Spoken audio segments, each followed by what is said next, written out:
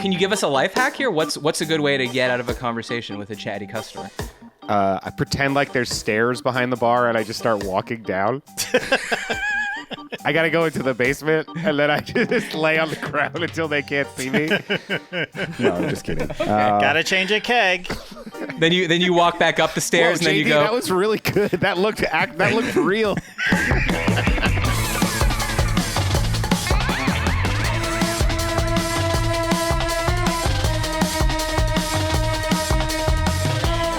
Hello and welcome to Is This Good?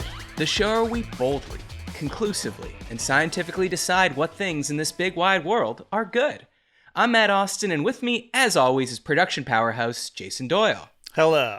Hi JD, thanks for coming. And today's guest is a writer and podcaster whose new show, The True Story of the Fake Zombies, is out now via Talkhouse and iHeartMedia.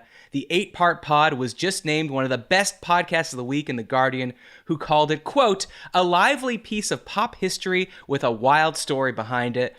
Please welcome an actual friend of the pod. He can get you buzzed. He can get you smiling. He can make you feel like you're sitting on an island. It's the last barman poet, Daniel Ralston. Wow. the intros are always so good, and I will gladly accept that very kind one. Thank you. I'll tell you the problem with this intro, and this is something I wanted to complain about briefly. There's no other words for podcast. Do you know what I'm saying? So like in this intro, I keep having to say podcast. He's a podcaster. He's got a new pod out, and The Guardian's called it one of the best podcasts. The Guardian called his podcast one of the best podcasts. Do you know what I'm saying? Like, yeah. If you were doing a TV show, I could say show, program, episode, broadcast, series, or I could just say, the new comedy from Daniel Ralston. With podcast, it's just podcasts. Yeah. Audio documentary. Sorry, I'm not saying that. Okay. Well, that's like also saying that what you guys are doing here is an audio documentary. Like, podcast means a lot of different things. In a sense, this is an audio documentary about two men whose lives are falling apart. Wait, which two of us? Yeah, that's good. That's up to the listener to decide. Yeah. Movies, flicks, films, motion pictures, features. If podcasts are going to be this popular, there's got to be something else to call them. And pod is just the same word, but shorter. Poddy. It's driving me nuts. I don't know. I kind of like just pod. Like, check out the pod. That doesn't bother me. Yeah, I don't mind that either. But that also used to be such a thing where when people started calling podcasts pod, like, hey, do you want to come on the pod or friend of the pod or whatever, it was almost said mockingly because everyone knew that it sounded very dumb. Yeah. But now it's one of those things where it's just like, like you hear someone being like, oh, that's fire. And you're like, I'll never say that. So you start saying that's fire as a joke. And then suddenly you're calling things fire. That's what happened with that, in my opinion. But maybe we can come up with something else. Do you feel comfortable? You think that movie was like a serious thing that people would call it? Oh, we're going to the movies. What do you mean movie? It's a picture that moves. A movie. Okay, that's the first time I've ever realized that's why it's called that. A talkie? Yeah. A talkie, I get. But movies predated the talkies. Yes, because all they cared about was the moving. That's right. Well, correct me if I'm wrong, though. They had the moving, but they had like a classical soundtrack to it, too. But then when the talking came in, that was really next level. Right. My friend Tom Sharpling has talked about this before, but do you think that people really were afraid when that train was coming towards them on the screen and they ran away? It's like going to a 3D movie in the 90s and you're like moving your hands out. Like, I remember seeing the Michael Jackson thing at Disney World the one time I went, and I was like, just the planets are coming at you and you're like, ah! Yeah. Uranus! That's why I haven't seen Avatar. Just too scared. All right, so Daniel, we talked about it on the show when you came on last time, it was well over a year ago. I was surprised. God, this podcast has been going forever, huh? Mm-hmm. A lot more than 8 episodes, tell you that. But I was looking back. So this podcast was originally an article that you wrote. That article you wrote in 2016. Mm-hmm. This podcast is coming out in 2024. I kind of wanted to know, was there a point at which you thought there is no way that anything is going to happen with this, considering that it was such a long period of time in between? Yeah, and actually, I'm kind of glad you said it that way because a few people, and I'm not mad about it, but a few people have been like, oh, it's taken you so long to do this. Right. There was a big gap of 7 years where literally nobody cared about this. And also, I have a full-time job bartending, so it did take me a long time to make this podcast, but that's part of it. I have heard you at other shows that I have laughed at that too, and they're like, this took you a long time, as if like since 2016 you've been at the keyboards going, yeah. There was once a British band called the Zombies. No, that doesn't sound right. Like, it's not you that's controlling when this comes out. No, I'm not controlling it. And also, the article, when I wrote the article, the way that I've described it before is that when I wrote the article, it sort of just states the fact that this happened. There was a fake Zombies, right, and two of the guys were in ZZ Top. That was about 6,000 or 7,000 words. The podcast is clocking in close to 7 hours for the 8 episodes. There's so much more that I went into in the podcast. I found the managers who put the fake Zombies together. I found their opening act. I found all these people who were connected to them. And yeah, so the article came out in 2016. 3 days after it came out, I was sitting in a office with a movie producer who had read the article and was like, I'm going to make this into a movie. And I never ended up working with that person, but the article actually did end up getting optioned. So for about 2 years, it was in this Hollywood limbo. A really great writer-director wrote a script. Nothing ever happened with it. And then about a year and a half ago, some people approached me about making it into this podcast for iHeart. So that's where we are. Yeah, when the director called you 3 days after the article came out, you must have been like, wow, this shit's easy. I'll have 10 talkies made by the time I'm going to be driving that train through the wall. Yeah. So, I don't know. I guess we didn't exactly say what the podcast is about, but we have talked about it on the show before. So I'm just going to give a very quick pitch for it. Is basically this very now famous British band, the Zombies, who were not sort of as famous at the time, but have now... people think kind of they define an era. Their album Odyssey and Oracle is on every like best rock albums of all time list. The problem is they break up very early into their career. Their song Time of the Season, What's Your Name, Who's Your Daddy, Is He Rich Like Me, that comes out in America, big hit, but the problem is by the time it comes out, the band has already broken up. So these enterprising sort of managers put together bands of American kids. The Zombies are British, if I didn't say. And they put them together, toured the U.S., calling themselves the Zombies. And because it's, basically the 70s, known as the internet, no one knows that these people aren't the Zombies. They're using fake British accents. So it's this whole basically rock and roll con that you go into. What I was curious about, though, is I think the first time you told me about it, you conceived it more as like a straight music documentary. Like, here's the Zombies and who they were. Here's this scam that these Americans were running. How did they pull it off and get away with it? And turns out that two of the people in the fake Zombies would later go on to be in ZZ Top. But then at some point, someone said to you, what this story needs is a little more Daniel Ralston, and insert yourself into the story and become kind of a character in the story. Were you excited about that or reluctant to do that? And why do you think it was important that you sort of became part of the story? That's a good question. I've never talked about any of this stuff before, so let me think about it for a second. Well, everything really changed for me when I had a meeting with my partner on this is a woman named Melissa Locker, incredible producer. And she asked me to come with her and meet up with the film director, Jason Reitman. Mm-hmm. And he just wanted to tell me that he was a fan of the fake zombie story. I went to his office. I saw all the Ghostbusters stuff. It was really cool. And at one point he said to me, it's like, I think this story is great. These 4 kids from Texas out there faking acts. He's like, but I think this story is about the managers. Mm. And from that point on, I started digging into these 2 guys who kind of put this thing together, which took me to the town of Bay City, Michigan, which is where the Texas Zombies actually came together. And in Bay City, I was trying to find these 2 guys who put this together. And there were a lot of people in Bay City who were around at that time, who knew this company, Delta Promotions, who knew the guys who ran the company.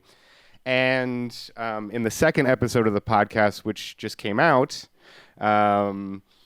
I've discovered that this fake zombies manager also managed a band called Question Mark and the Mysterians, who were the first all Mexican American band to have a #1 record in America. Their song 96 Tears is like the Talking Heads have covered it. Iggy Pop's covered it. Lou Reed said it was one of his 100 favorite songs of all time. They were also in Bay City and managed by the same company as the fake zombies. So once I got to Bay City, the whole thing opened up and I found all these different areas to go in. And you just needed somebody to kind of take you through the world. So that was me. And that was you. It'd be funny if Jason Reitman was into this because he literally thought it was about zombies. He's like, I don't know if you know, but my dad did Ghostbusters. I've done a few of them too. I love zombies, man. Before we get into the questions I have for you, let's get into the Is This Good mindset for a second. We had Joe Quazala, comedian, on a few weeks ago, and I asked him this unpopular opinion, and it was this. Professional caliber singers shouldn't be allowed to do karaoke. It ruins it for everyone else. And I've been thinking about it since, and you do karaoke the most of anyone I know. I would say by far, both private room karaoke and going to a number of bars where you walk in and we'll see the guy that's the KJ, the karaoke jockey, walk right up to him or her, slap him 5. They'll be like, hey, we got some new cuts on the list if you want to sing something new this week. Anyways, I just want to say you're very embedded in the karaoke scene, so I trust your opinion the most. What do you think about this? Do you think it's bad when someone gets up there and you could tell they're a professionally trained voice man? No, I don't think it's bad at all. I have a friend named Eric who is an incredible singer, and he does either Al Green or Sam Cooke, and every time he does it, people are screaming in the bar because it's so good. You can't go... Now, one thing I think you and I have both encountered in the Los Angeles karaoke world is people who want to sing show tunes or Disney tunes. Uh-huh. Yes. And if you go up there and you're singing "Poor Unfortunate Souls" from which I've seen I've seen multiple times, and you're hamming it up, I will probably go outside and hit my vape. Okay. I guess what I was thinking about that I don't think we talked about on the show is I think what pisses people off is not like, oh, they're so good and now it makes everyone else seem bad. It's that they're choosing to show off in front of you. So, like, let's say, Daniel, you have, the voice of an angel, which you have a very good voice. I don't know if I would call it the voice of an angel, but we don't want that, We want something gruff with the voice of a devil. But the voice of the devil. Ursula in The Little Mermaid. Yeah. So, let's say you just had an amazing voice, but one day your boss was like, oh, Daniel, before we start the meeting, we need to sing the American national anthem. Let's just say that happened. And he was like, you got to do it. And you're like, I don't want to. And then you did. And you started and people were like, oh my God, Daniel, why didn't you tell us your voice is amazing? That would be cool. But at karaoke, you're basically saying, hey, I'm choosing to show all these people in the bar how good I am at something. And I do think that that's a bit of a turnoff. Like, you kind of want things to come out organically, and that makes it seem more impressive. Am I wrong about this? Can we back up for 1 second? Your boss is making you sing the national anthem. Is this Project 2025? I don't know. Maybe he wants to get morale up or something. And it could happen. That's all I'm saying. It could happen. Okay. No, but I think it's possible to be very bad at karaoke. Like, that's not any more charming than being really good at it, if that makes sense. Like, for instance, the last time I did karaoke, I saw a couple do Deo, the Banana Boat song, with the full Caribbean accent. So, young white couple. Did not go great. I think they realized it halfway through. That it was not great. Yeah, it's true. Obviously, Bob Marley is very popular. You don't see a lot of people singing Bob Marley really at karaoke, but I wonder if it's because people don't want to go up there and be like, we jamming, man. I don't know if that's not a great thing to do. The line that caught my attention was seeing it on the screen, daylight come and me one go home. It just did not feel right coming from the two of them. I suppose that, if you think of karaoke as something you do at a bar, like a bar game, if someone comes in, if you're playing darts with your friend and someone comes in, picks up the darts and shoots 4 bullseyes in a row, it kind of isn't fun for everyone else. If it's if Minnesota Fats walks in, you're like, oh, you've kind of ruined pool for everyone else at the bar. Yeah. So I wonder if that's the kind of thing too. Like a professional singer gets up there and everyone else is like, well, this guy just killed Al Green, Love and Tenderness. What's even the point of me going up now? That can be tough to go up after somebody who's really good, for sure. This whole show could be just my karaoke complaints, but... Well, okay, if you have one off the top of your head, feel free to tell us. Sure. Don't pick a song that's like insanely new. Oh, interesting. Like you don't want to hear someone do Espresso. A lot of people are doing Chappell Roan songs at karaoke now, and I happen to know that the KJ that I go to the most, they're paying her to bring these songs in so they can sing them, because she has to special order songs from this old school Sunfly system or whatever it is. Wait, hold on a second. They're paying who? Chappell Roan? No. The people who want to sing a Chappell Roan song go up to the KJ and say, can you order me this song? She goes to something, she downloads it, and they have all of her songs. I only know this because I requested the song Dust on the Bottle by David Lee Murphy, and she got it for me. How much did that cost you? Yeah, how much did that she put in? She actually did it gratis, so it's very kind of her. Hey, tip your KJs out there, all right, people. Yes. And they'll do nice things for you, like get an obscure, or not an obscure, but a new. I mean, Shabuzi's Everybody in the Bar Getting Tipsy. That must be on karaoke already. I would do that in a second. I love Okay, that but song. so you're saying that's not too new. Well, I think if I did it, most people would be like, what is this song? It just, sometimes you can't, it's like a little too current. I would say, yeah, something like Espresso, probably too current. What's the longest song you think it's acceptable to do? You got to keep it under 4 minutes. Oh, really? Yeah, because people do like, Agree. I see people do Disco 2000 by Pulp or Common People, and they both have really long outros, and then you're standing up there and the screen says 171 second instrumental break, and you're like, oh, I guess I have to do something else here for the next 2+ minutes. What about when it's a guitar solo and it's like, 20 measures guitar solo or something? What do you prefer people do? Just stand there or play air guitar? I'll do my 9/11 truth rant. I like to just use it as a chance to get something out. Share. Go to youtube.com, type in loose change, type in building 7, open your mind. Yeah, I'm just kidding about that, obviously. All right, some quick housekeeping. If you'd like to support the show and get exclusive content, go to patreon.com/isthisgood. What kind of exclusive content? Well, for instance, last Thursday, if you're not subscribed to the Patreon, you missed the behind-the-scenes, blow-by-blow account of JD and mine and the No Dunks crew's recent trip to Las Vegas. Talked about getting yelled at by croupiers. Talked about being filmed while drunk and filming other people while drunk. Hotel demolitions, scamming restaurants. It was a big show. So go to patreon.com/isthisgood. Daniel, you were almost there. You could have been part of the show.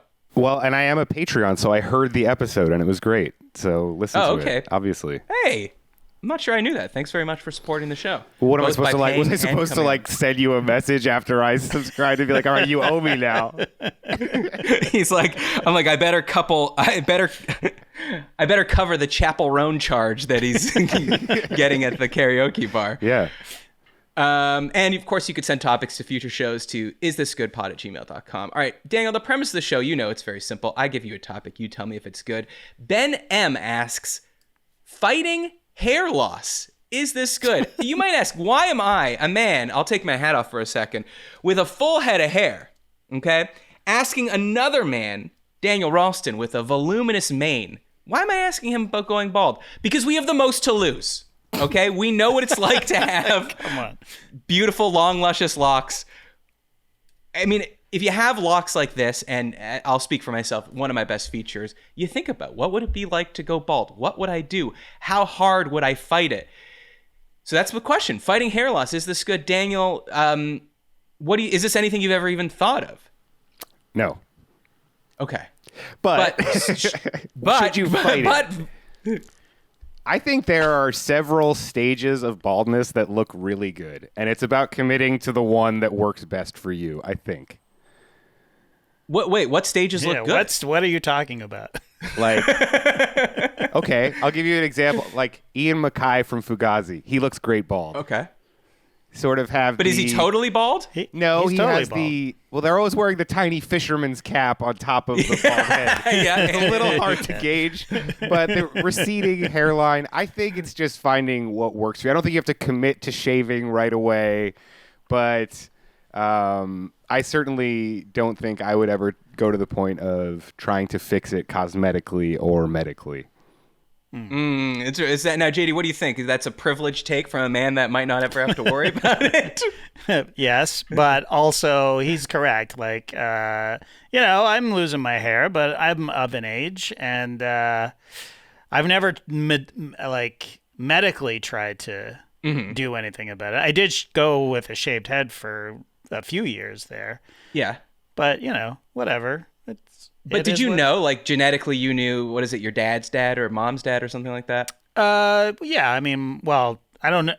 I don't know how it works. Is it supposed to be on your mom's side? It's one, yeah. It's your mom's dad? Them, yeah, he died with a full head of hair, so it's not that. It's okay. not Perfect. But your dad basically is bald. I have the same balding pattern that my dad has, so right. I think it's just genetics. Whatever.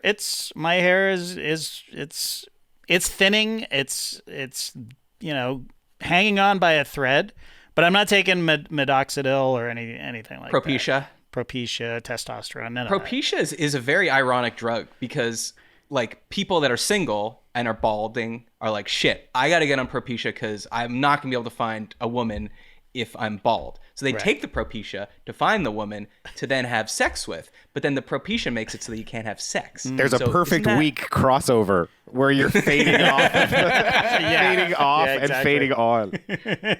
He's like, how about that third date next week? She's like, I'm going out of town. I'd love to see you, but it'll be 3 weeks from now. You're like, no! It's over. It's too late then. It'll be over. I think a thing I've heard before is baldness is worse than balding. No, balding is worse than being bald. That's what I've heard. Yeah. Right, because you're locked in at bald. Yeah. No, I just think like balding, like when you have like tufts or thin and you're doing a comb, like a Neil Hamburger comb over or something. That's like I once went to get my hair cut, and this is when I was shaving it. Because my Moroccan French bartender kept asking me, this is not a joke, 1994, he kept saying, Mathieu, le sped? Can I do le sped? What he was talking about was the haircut that Keanu Reeves had in the movie Speed. So he basically forced me to shave my head. And then, wait, did you just call him a bartender, though? Did I dream I that? meant barber if I said bartender. Okay. Yeah, all right. That's your first drunk, problem. Yeah. Whoops. But anyways, I asked him to cut my hair like Andre Agassi, but you remember when Andre Agassi had the shaved head, but he had the huge widow's peak, so it was like out on an island here and then kind of further back. I didn't know that was like just natural patterns on my hair, and I thought it looked really cool. And he was like, "No, I cannot do that for you." You look like a Franciscan monk, just like weird shaved spots in your head. My prediction is in 20 years, I'm willing to put money on the line. No one will be bald in 20 years. I just think that through like drugs or transplant or just growth, because I've seen people in Los Angeles that have done this, like done the hair transplant, like not flown to Turkey or anything, gotten it here. And it looks so fucking good.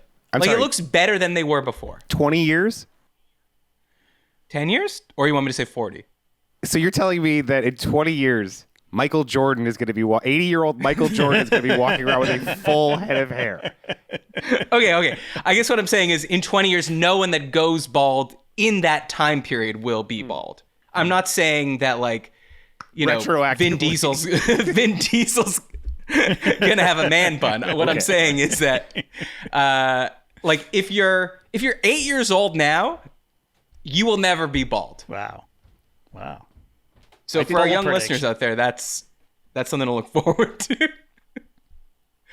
Anyways, sexy bald men, they exist though. Of course. You're looking at one. You're looking at JD, Prince William. I mean, he's ugly and people think he's sexy bald man. Statham, The Rock, Stanley Tucci. Oh, yeah. Oh, a Tucci. Yeah. That was a Tucci jinx. A two-chi, TWO, CCI. Now, why does Jeff Bezos bald? That's a question I have. He could. I guess it's people know that he's bald. If you're famous and already bald, then everyone would be like, "Oh, you just got a hair transplant." Yeah. That's probably the curse of fame. Yeah, he's already too handsome, so he has to bring it back a little bit with the baldness. And now you have what I think is the most inspirational bald man, Pitbull, because he's both short and has no hair. Wow. And can't sing very well. And yet he's famous? Yeah, yet he's worldwide. Anyways, okay, so let me just ask you this, Daniel. If you were going bald, do you think you would be a tiny cap guy, baseball hat guy, or would you just let it go? Yeah, I wear a Phillies hat pretty regularly anyway, so I feel like I probably would be a baseball hat guy. Okay. Yeah. That's That's what I I'd be do. a baseball hat guy too. Yeah. Or I'd probably be cold. I would go longshoreman hat or just general beanie. Not beanie. You're a Peaky Blinder. propeller. You would be a Peaky Blinder. Oh, I love honestly, the yeah, just Peaky get a whole Blinder new hat. personality. Yeah. Yeah, it's possible. All right, Daniel, when people need help navigating life's biggest decisions, they seek our wise counsel, and we deliver an airtight verdict. It's time to settle this.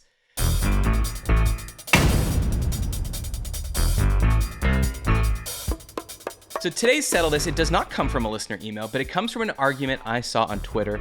So this person is at Focus Fronting on Twitter. They tweeted this. This was like a week and a half ago or so. It's so annoying that you're basically required by polite society to have an open bar at your wedding. Neither my partner nor I drink, and we don't care if other people do, but must we pay for it? So of course, well, I shouldn't say of course, but maybe of course, this popped off on Twitter, and the same person wrote in the thread, they wrote, responses to this have been a mix of, you don't have to pay for an open bar, no one expects that, are you out of your mind? To, if you don't pay for an open bar, you are a selfish monster who hates happiness. So, Daniel, I ask you this as someone who I believe has obviously been to weddings as a guest, but I think also has worked bar at a wedding. Settle Many this. times. Is it Many wrong? times. Is it wrong to have a cash bar at a wedding?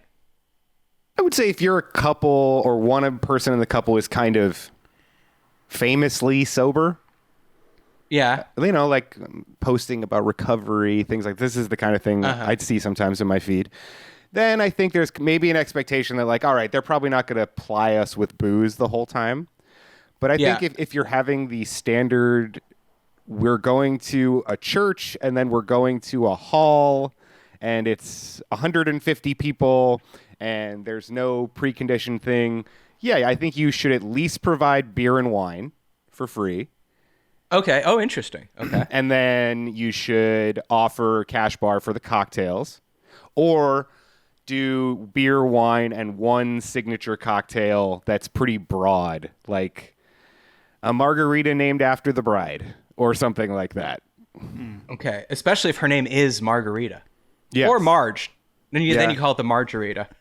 Yeah. Okay, but so the line of reasoning that this person is using is like, we don't do it, in this case, drink alcohol. Therefore, why should we have to pay for our guests to do it? And I guess my response to that would be because that's what hospitality is, literally. Like, do you want to accommodate yourselves, which is 2 people, or do you want to accommodate your guests, who I assuming is more than 2 people, 10 to 100 people? So, like, for instance, if you're talking about famously sober people, Daniel. I'm famously lactose intolerant. But what am I going to have? No dairy at this event? Like no cheese, no desserts that have dairy in them? I mean, I guess. Bowl of or lactate like- on the table. Yeah, maybe just a giant lactate dispenser. Yeah. Which I've seen at some ice cream shops here. Wow. But I do think that, yeah, you want to be hospitable at your wedding. So be hospitable. But then at the same time, I do think it's weird to say like, I mean, how much? Do you have an estimate of how much a cash bar would be for 100 people, Daniel? Sorry, an open bar is what I meant to say. I'll shoot you over an invoice later. We'll get it all worked out. No, but I was just going to say something similar to that, which is that if you were providing just beer and wine for 200 people, you could theoretically do that at like $4 a bottle with the cheapest Trader Joe's wine ever and, Miller Lite or whatever. And you've at least provided something to people who feel like they need that. And then you don't even, and you could do it for 200 people for, probably less than $2 or $3 a person when you got it right down to the number. Right. Yeah. You But got to do I something. think but then again, if you have a cash bar, isn't one of the biggest costs the bartender themselves? So like, or, paying for their labor, which you would, I assume, have to pay for the open bar too, right? Yeah. There's usually a bartender fee. And then what most people do is they provide their own booze. And then they just hire you because they can go to, Costco or whatever and buy a case of Kirkland Signature vodka. And, that's cheaper than hiring a catering company to provide the liquor. Yes, that's true. That's true. We assume that there are so many ways to be inexpensive about this kind of thing. Right. Now, but if you are throwing like a formal wedding where like everybody wants the cocktails to match in the same champagne glass and all that, across the board, then, I think if that's something you're really committed to, then I don't really see any issue with having a cash bar for something like that. I really don't. Mm-hmm.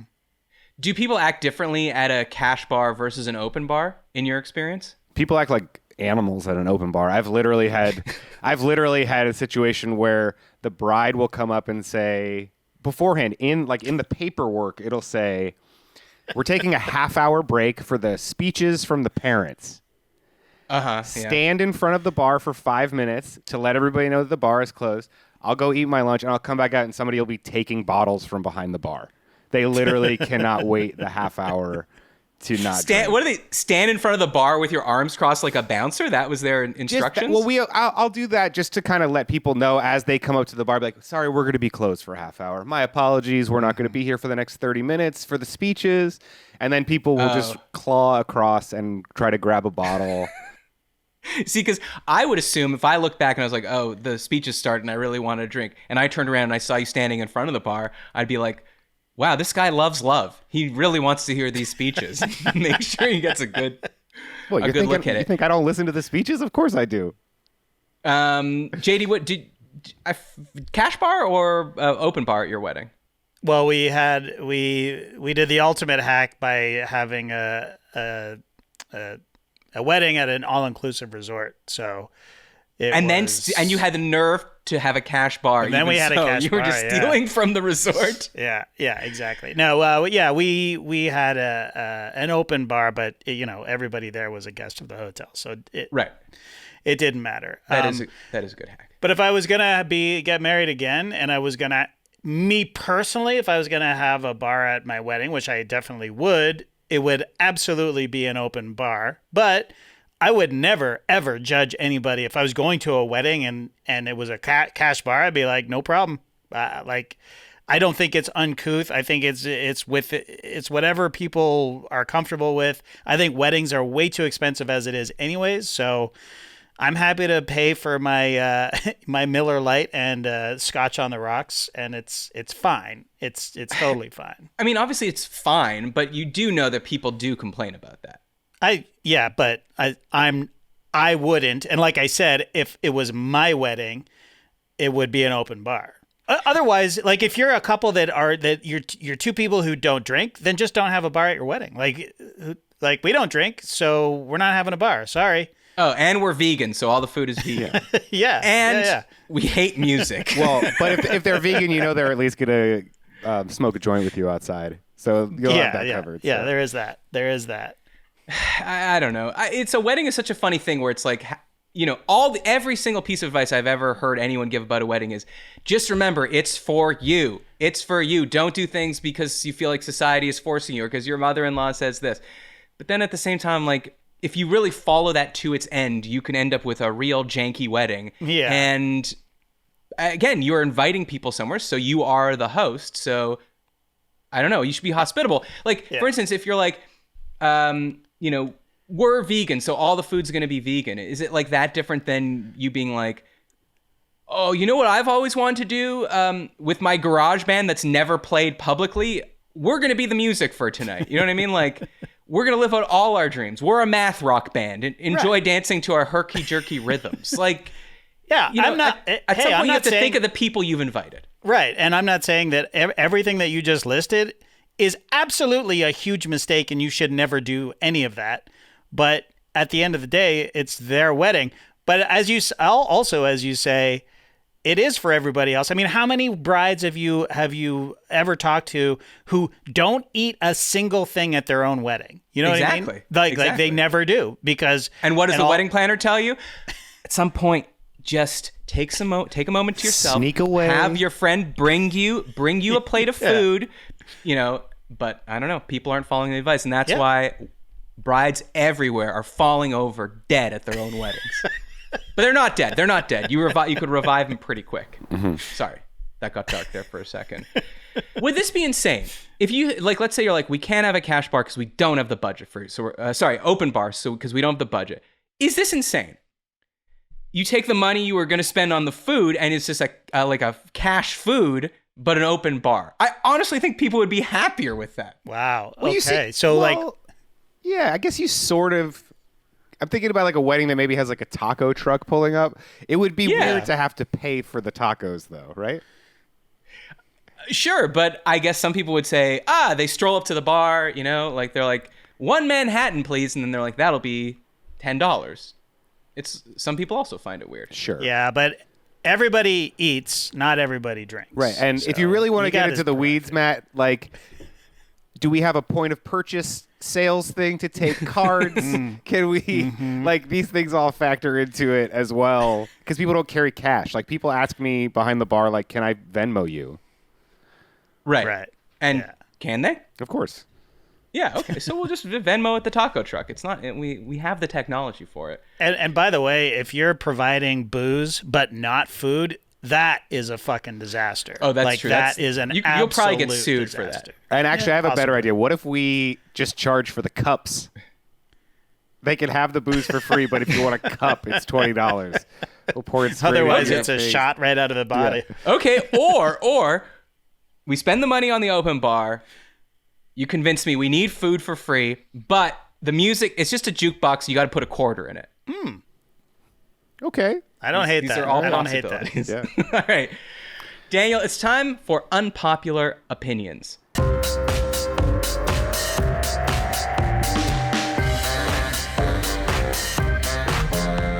So in this segment, I troll the internet for unpopular opinions. I ask you about them. You tell me if you agree with them or not. And I made these all bar specific because as we said off the top, you are the world's last barman poet. Tom Cruise was the first. Was there any barman poets between you and Tom Cruise, you think? The other guy in Cocktail? Maybe? Yes. Brian Brown? That's a little closer to the Tom Cruise, and I don't think there's anything in between, actually. No. Okay, so here's some unpopular opinions for you. Bar seating at restaurants should not allow couples or groups larger than one. So this person says, getting a table for one is often awkward, met with worse service, being rushed out, and some places it's not even accommodated. Bar seating seems like the perfect spot for parties of one, but is often too packed with couples and groups to seat them. Couples and groups have flexible options of getting actual seating without the downsides. I kind of see where this person's coming from, but at the same time, if we all say that it's from an ethical point of view, not ethical for couples to be taking up the single bar seats, I would be really upset because that is my favorite place to sit at a restaurant. But Daniel, what do you think? Should we be limiting bar seating to just singles? No, but I'm fine with limiting it to 2 or less because I hate sitting 3 people in a row at a bar. Yeah, but that doesn't need to be outlawed because only psychos sit 3 at a bar, unless maybe you're at the corner and one person's on one side of the corner and then 2 are on the other. Right. One person has to stand. If there's 3 at a bar, then one of them has to stand. That's the rule. We're talking dinner here. Yeah. This is bar seating at restaurants. Still, you have to stand. Yes, Daniel. Still. And you can't order your own meal. You have to take off everyone else's plate. What about when you are when you're bartending? Have you ever had someone complain like, "Hey, I'm just one person. These people all know each other. Can you go sit at a table?" No, but one thing you have to do sometimes as a bartender is musical chairs. Like, let's say you have 8 bar stools. Sometimes a group of 3 will go right in the middle, and then another group of 2, and maybe there's one seat empty between those people and then two on the other side. And you'll be like, do you mind sliding over one so that this single person can fit in here, make a little extra room? Now, I will say one thing that bothers me about people coming to the bar by themselves is that seems like a time when people pull out their laptop and the bar is not for a laptop. Yeah. No. I mean, do you feel comfortable just telling a person no to the laptop? If it's a Friday night after 5 o'clock, I will usually give them a kind of friendly, like, it's going to get a little busier in here tonight. Going to be tough to have your computer out or something like that so that they know. It's a bad vibe to me if you're walking to a bar and the first person you see is just a solo on his laptop at the bar. That's not projecting wonderfully to me. Now, what about the opposite? Someone that's a single person not on their laptop. Does it ever concern you that, like, or are they ever too chatty to the point where they're impeding you from doing your work? I think I probably dealt with that more when I first started bartending, but now I have so many ways to get out of conversations if I want to that I feel pretty comfortable. I don't feel like I get my ear talked off too often.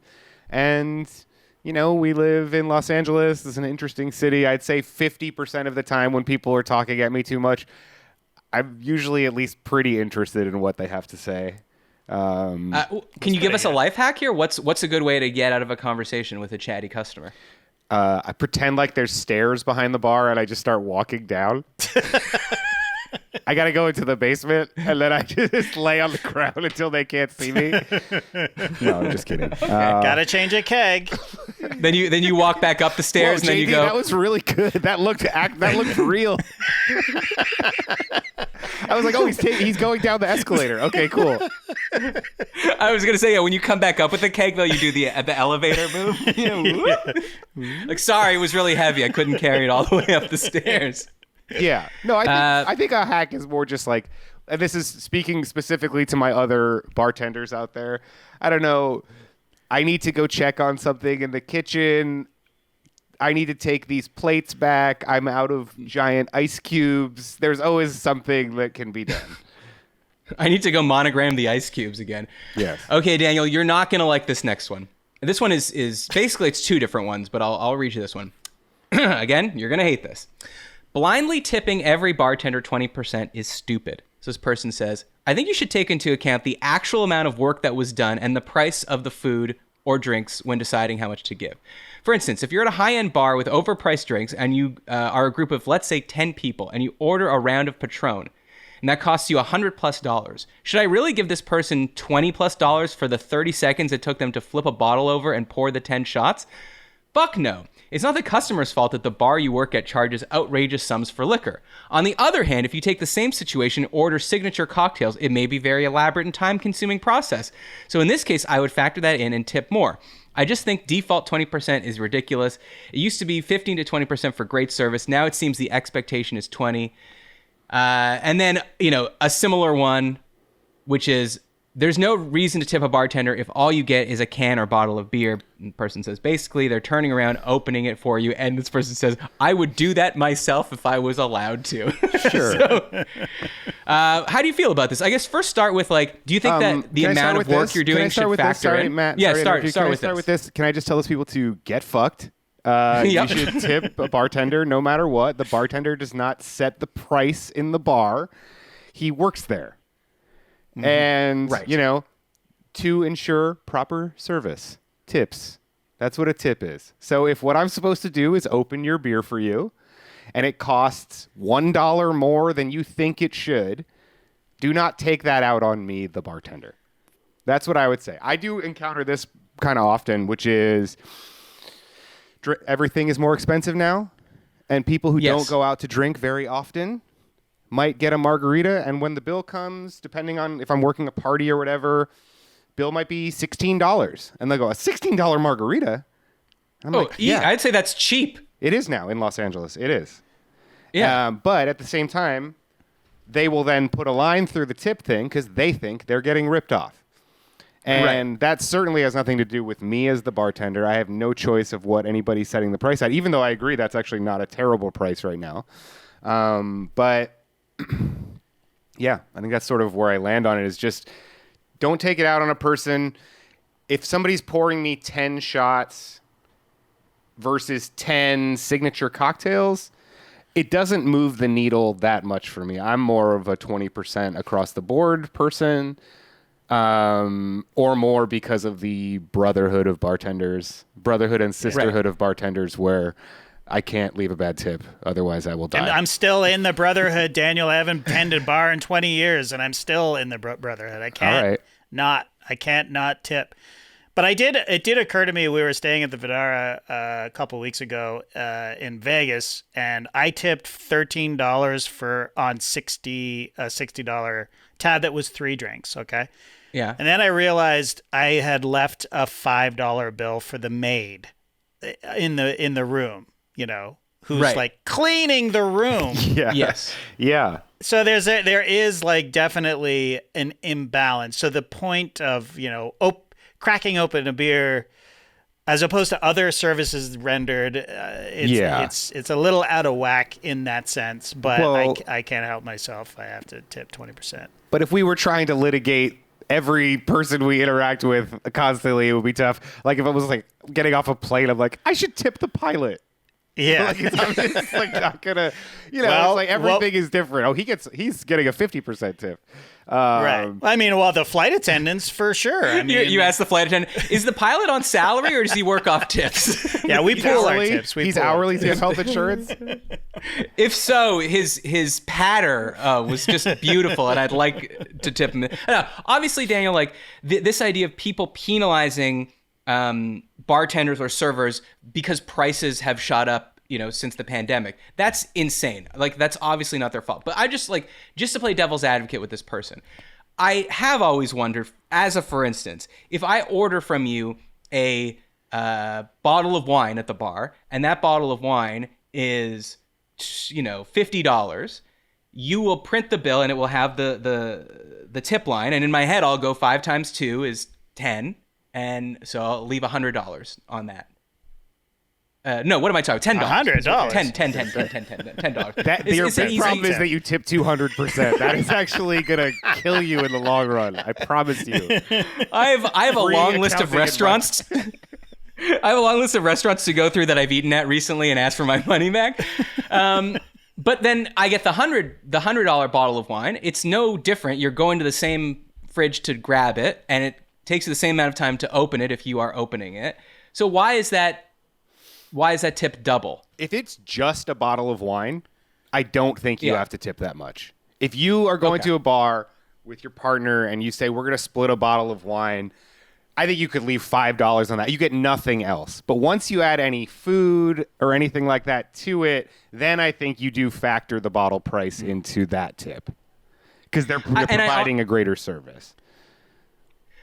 Well, so what do you mean by that? That like the sommelier might come over? No, but somebody's got to clean the glasses. Like, you got to pay everybody in the process. Like, I think if somebody buys a bottle of wine, like, tip a flat rate on the bottle regardless of how much it is. I mean, if you're buying like a bottle of Opus 1 2004, like, is that what LeBron drank? Opus 1 2004, I think. Sure. And it's an $800 bottle of wine. Like, maybe don't leave $5. But like, if I opened that bottle for somebody and they left me $30, I would be like, oh, that was really cool. They gave me $30 to take a cork off. Great. Right. Hey, just because you mentioned LeBron, I want to say it to you, Bronny, right now. You'll never be bald, okay? You fit in this new rubric that we're going on. You will never be bald. Don't worry about it. Wow. I mean, I think the most logical argument of why you should tip more on a more expensive bottle of wine, I don't know if this is right or wrong, but to me, it's because you can afford it. If you can afford to buy a $200 bottle of wine, you could probably afford to tip 20% on whatever that ends up being on your bill. Yeah. Whatever. I probably don't need to tell you this, but rich people don't always tip the best. Well, hey, if you want to call anyone out, I'll leave a space for you here. But I have a code, sir. I will never. Hey, why are you protecting these bastards? All right, one more. Pressuring the bartender to drink with you is weird and creepy. All right, so this is this person's little rant here. Are you aware that I'm at work? Do you drink when you're at work? Why do you think it's okay for me to drink while I'm on my shift? Are you an alcoholic who drinks on the job? Is that why you think it's okay for me to drink on the job? Are you aware that alcohol affects your job performance? Are you aware this effect is negative? If I showed up to your soul-destroying office job and offered you a cocktail to make your spreadsheets more bearable, how would that go down? Would you be reprimanded and potentially fired? Yes? Then stop asking the bar staff to slam tequila with you.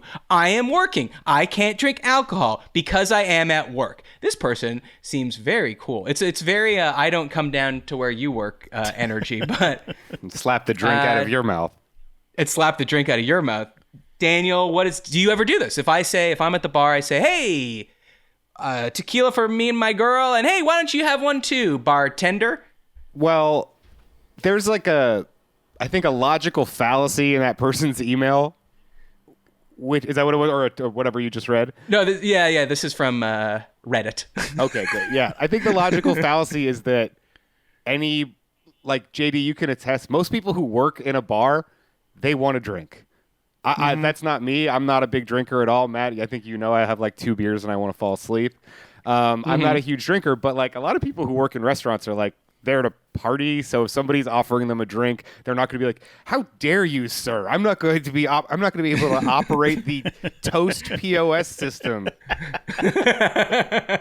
Like that's like most people want to drink, and I would say for me personally, if somebody who's one of my regulars, like regulars, comes in and is like, "Man, I've been waiting on this deal for 2 years, and we just signed it. Would you have a Johnny Blue with me? I'm going to pay for it." Of course I would sip that with them over the course of a half hour or so. I'm not going to take a shot usually. Are they tipping on that third Johnny Blue? Probably. Like, you know what I mean? They get the bill, and now you should say yes for that reason alone, because it's going to mark up the bill that they're putting 20% on. Yeah, and also... Or I could just say, you know what, I will accept it, but I'm not going to drink it now, and then pour the Johnny Blue into a little flask and bring it home with me and enjoy it on my own when I'm not at work. Sure. No, I think it's pretty normal to at least cheer somebody. I've definitely done fake shots before. Like, yeah, that's what everybody wants tequila, and I'll pour one at the end with water and a lime, and nobody cares. And ultimately, they just want you to be a part of the communal thing anyway. Yeah. It's a huge compliment to be included, I think. It just means you're doing your job incredibly well, because there's a sense of camaraderie, a sense of warmth. There's a relationship between you and the people at the bar, and if they want to include you in that, then you're doing your job correctly. Yeah. I would venture to say that this person on Reddit is never offered a drink, because they don't sound like they're... That's exactly right. 100%. Yeah, because you want someone else to drink when the mood is convivial, and this person is not convivial. No. He's barely collegial. There's probably like a 5% window there of people who might ask me to drink with them where they're doing it where it's like they're drunk, they're asking for 12 buttery nipples or whatever. Like, I'm obviously not going to drink... I might drink with them, but I'm obviously not doing it because I'm like excited to be celebrating with them. Right. Sometimes it's easier to just say yes than explain why you don't want to share a drink with them. That's right. Yeah. And I think I would actually rather people be asking me and then just either a lightly decline, say it's too early in the night or whatever, than work a bar that is so oppressive like this guy that no one's ever like, hey, we're feeling free and easy. Why don't you have one? My guess is like bartenders at Chili's or wherever are probably not out there taking shots with people. Yeah. Anybody who's got like a corporate kind of situation. A corporate thing. Yeah. But anyways, this guy needs to stop acting like he's driving a forklift or something. I mean, like if you were hiring someone to represent, like a lawyer to represent you in criminal court, and they took a shot, you would be concerned. But I think we'll be okay here. All right, Daniel, there's only one thing left to do, and that's play subjective trivia.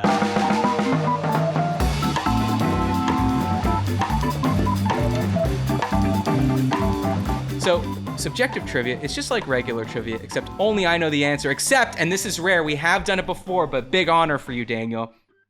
Today's objective trivia. That's right, there's an objective answer to this question. I'm going to lead you through my thought process here. So, your show, True Story of the Fake Zombies, is about a musical fraud. That got me thinking about other musical frauds. That got me thinking about Milli Vanilli, the band in the 90s that lip synced, and people didn't know it first. And then, because, and maybe this is the weird jump here, I was literally wondering, did Ben & Jerry's ever make an ice cream called Milli Vanilla? Okay. Now, I feel like that's such a hacky, like, late night joke that I couldn't remember if it's a joke or if it's a thing that really happened. So I Googled it. And they did not. But what I did learn is that aside from the ones we know, like Cherry Garcia and Fish Food, Ben & Jerry's has made a ton of musical flavors. Yeah, One Sweet World by Dave Matthews Band, of course.